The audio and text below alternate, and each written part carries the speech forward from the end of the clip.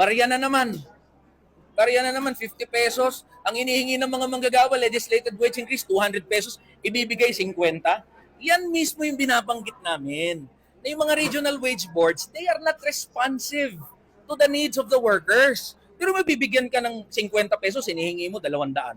Kaya nga hamon natin dyan sa mga nasa regional wage boards, even Secretary Benny Laguesma, na try niya kaya mabuhay ng minimum wage.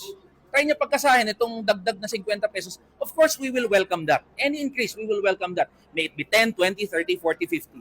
But what we are saying is, itong ang hinihingi ng mga manggagawa na 200 peso legislated wage increase, ano na nga lang yun, hindi pa nga increase yun eh. Recovery pa lang yun. Ibig sabihin, babalik lang yun na wala na halaga sa sahod ng mga manggagawa. Tapos bibigyan tayo ng regional wage boards ng 50 pesos. That is exactly what we are saying. Kailangan mabuwag na yung mga regional wage boards na yan. And it can only happen kapag na-repeal yung RA 6727. Lagi kasi ang mga regional wage boards hindi nagre-respond doon sa need ng mga workers for living wages. Pero lagi silang kumakatig doon sa pangangailangan ng mga malalaking negosyante. Yun lagi ang pinakikinggan nila. Kaya luging-lugi ang mga manggagawa sa mga tripartite wage boards eh. Kasi dalawa na agad ang pabor sa mga malalaking negosyante. Samantalang ang boses ng mga manggagawa, isa lang. So yan exactly ang punto namin. Barya lang yan.